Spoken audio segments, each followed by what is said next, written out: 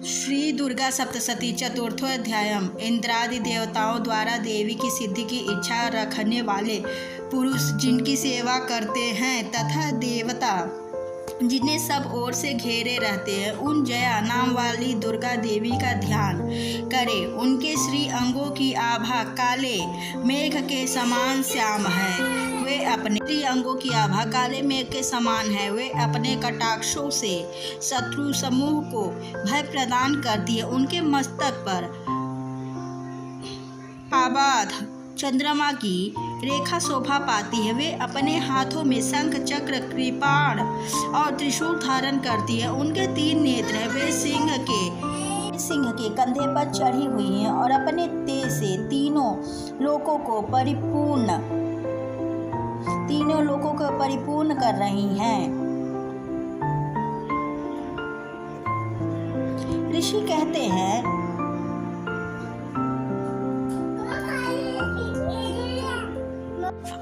अत्यंत पराक्रमी दुरात्मा महिषासुर तथा उनकी दैत्य सेना के देवी के हाथ से मारे जाने पर इंद्र आदि देवता प्रणाम के लिए गर्दन तथा कंधे झुकाकर उन भगवती दुर्गा का उत्तम वचनों द्वारा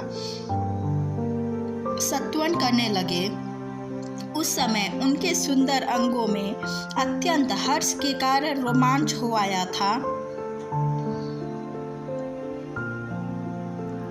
देवता बोले, संपूर्ण देवताओं की शक्ति का समुदाय ही जिनका स्वरूप है तथा जिन देवी ने अपनी शक्ति से संपूर्ण जगत को व्याप्त कर रखा है, समस्त देवताओं और महर्षियों की पूजनीया उन जगदम्बा को हम भक्ति पूर्वक नमस्कार करते हैं। वे हम लोगों का कल्याण करें।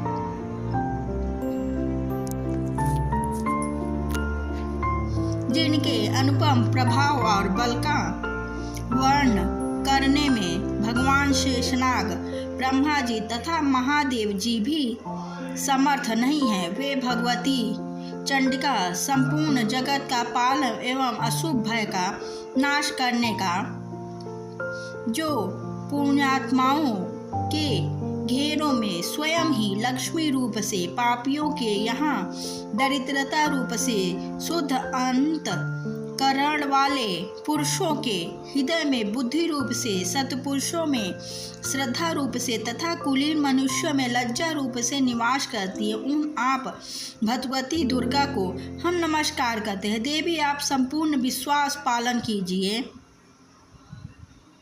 देवी, आपके इस अचिंत्य रूप का, असुरों का नाश करने वाले भारी पराक्रम का तथा समस्त देवताओं और दैत्यों के समक्ष युद्ध में प्रकट किए हुए आपके अद्भुत चरित्रों का हम किस प्रकार वर्णन करें। आप संपूर्ण जगत की उत्पत्ति में कारण हैं। आप में सत्वगुण, रजोगुण और तमोगुण ये तीनों गुण मौजूद हैं, तो भी दोषों के साथ आपका संसर्ग नहीं जान पड़ता।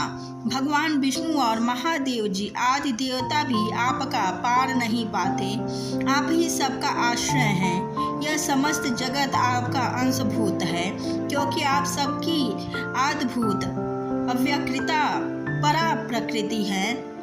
देवी, संपूर्ण यज्ञों में जिसके उच्चारण से सब देवता तृप्ति लाभ करते हैं, वह स्वाहा आप ही हैं। इसके अतिरिक्त आप पितरों की भी तृप्ति का कारण हैं। एवं सब लोगों आपको स्वधा भी कहते हैं।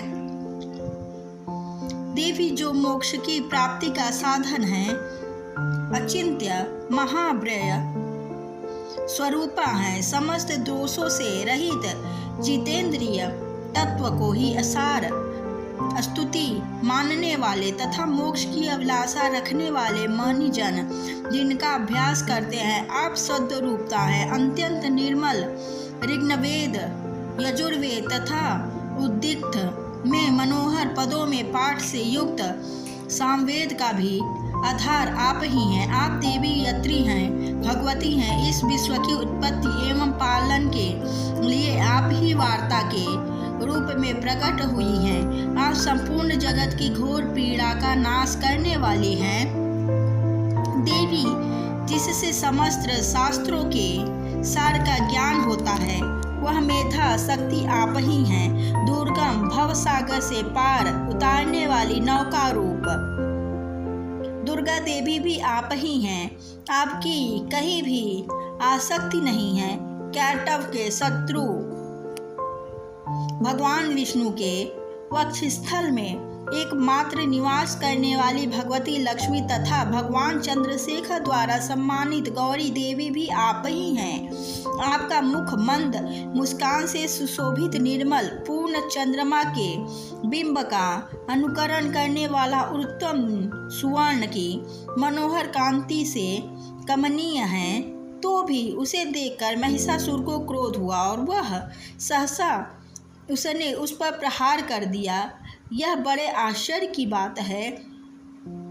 देवी, वह मुख जब क्रोध से युक्त होने पर उदय काल के चंद्रमा की भांति लाल और तनी हुई भौंहों के कारण विकराल हो उठा, तब उसे देखकर जो महिषासुर के प्राण तुरंत नहीं निकल गए, यह उससे भी बड़ा आश्चर्य की बात है, क्योंकि क्रोध में भरे हुए यमराज को देखकर भला कौन जीवित रह सकता है।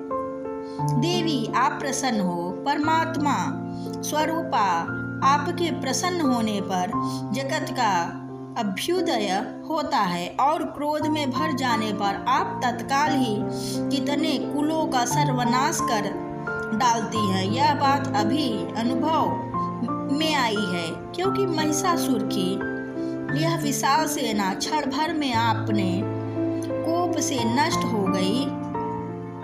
सदा अभ्युदय प्रदान करने वाली आप जिन पर प्रसन्न रहती हैं, वे ही देश में सम्मानित है। उन्हीं को धन और यश की प्राप्ति होती है। उन्हीं का धर्म कभी शिथिल नहीं होता तथा वे ही अपने हिष्ट पुष्ट स्त्री पुत्र और भृत्यों के साथ धन्य माने जाते हैं। देवी, आपकी ही कृपा से पुण्यात्मा पुरुष प्रतिदिन अत्यंत श्रद्धापूर्वक सदा सब प्रकार के धर्मानुकूल कर्म करता है और उसके प्रभाव से स्वर्गलोक में जाता है।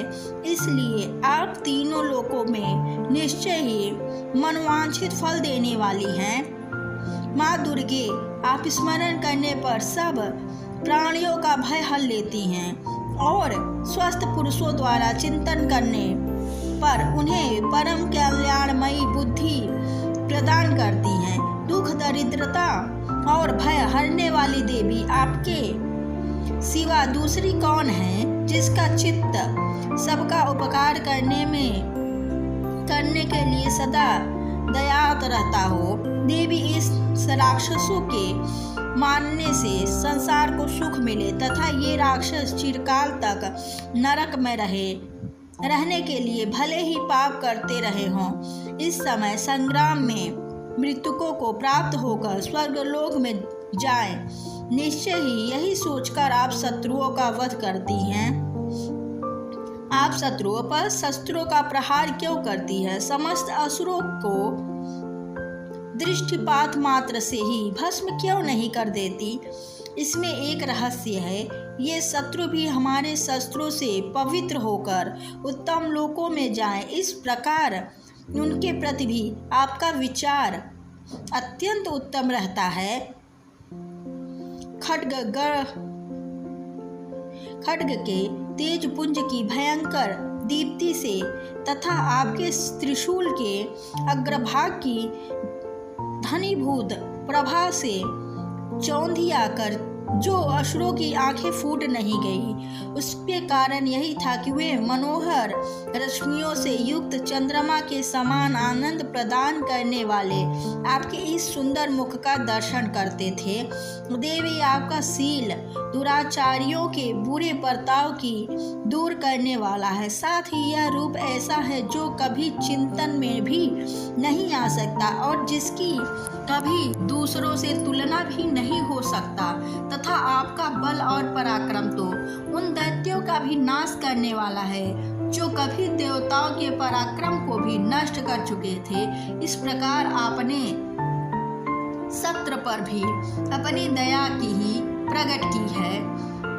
वरदायिनी देवी, आपके इस पराक्रम की किसके साथ तुलना हो सकती है, तथा शत्रुओं को भय देने वाला एक अत्यंत मनोहर ऐसा रूप भी आपके सिवा और कहाँ है। हृदय में कृपा और बुद्धि में निष्ठुरता, ये दोनों बातें तीनों लोकों के भीतर केवल आप में ही देखी गई है। माता अपने शत्रुओं का नाश करके इस समस्त त्रिलोकी की रक्षा की है। उन शत्रुओं को भी युद्ध भूमि में मारकर स्वर्ग लोक में पहुंचाया है, तथा उन्मत्त दैत्यों से प्राप्त होने वाले हम लोगों के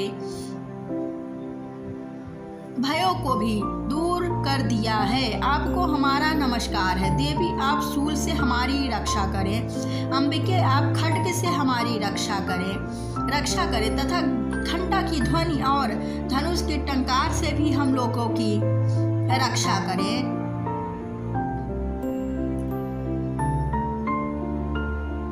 चंडिके, पूर्व, पश्चिम और दक्षिण दिशा में आप हमारी रक्षा करें, तथा ईश्वरी अपने त्रिशूल को घुमाकर आप उत्तम दिशा में भी हमारी रक्षा करें।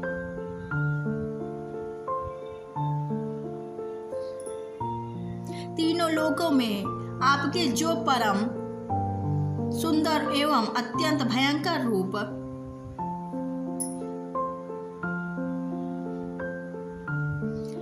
आप हमारी तथा इस भोर लोक की रक्षा करें। अंबिके, आपके कर पल्लवों में शोभा पाने वाले खड्ग, शूल और गदा आदि जो जो अस्त्र हों, उन सब के द्वारा आप सब ओर से हम लोगों की रक्षा करें। ऋषि कहते हैं,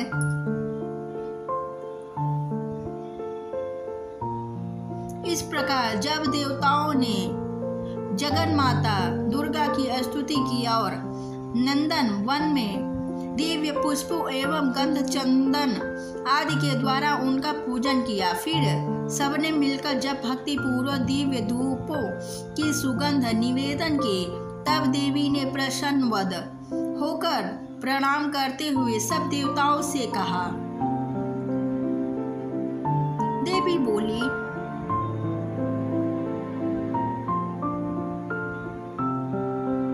देवताओं, तुम सब लोग मुझसे जिस वस्तु की अभिलाषा रखते हो उसे मांगो।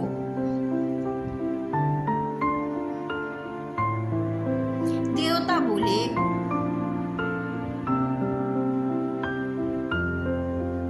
भगवती ने हमारी सब इच्छा पूर्ण कर दी, अब कुछ भी बाकी नहीं है,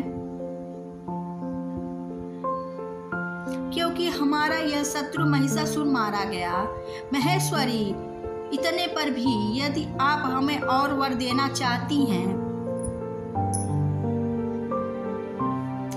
तो हम जब जब आपका स्मरण करें तब तब आप दर्शन देकर हम लोगों को महान संकट दूर कर दिया करें, तथा प्रसन्न मुखी अंबिके, जो मनुष्य इस स्तोत्रों द्वारा आपकी स्तुति करे उसे वित्त, समृद्धि और वैभव देने के साथ ही उनकी धन और स्त्री आदि संपत्ति को भी बढ़ाने के लिए आप सदा हम पर प्रसन्न रहें।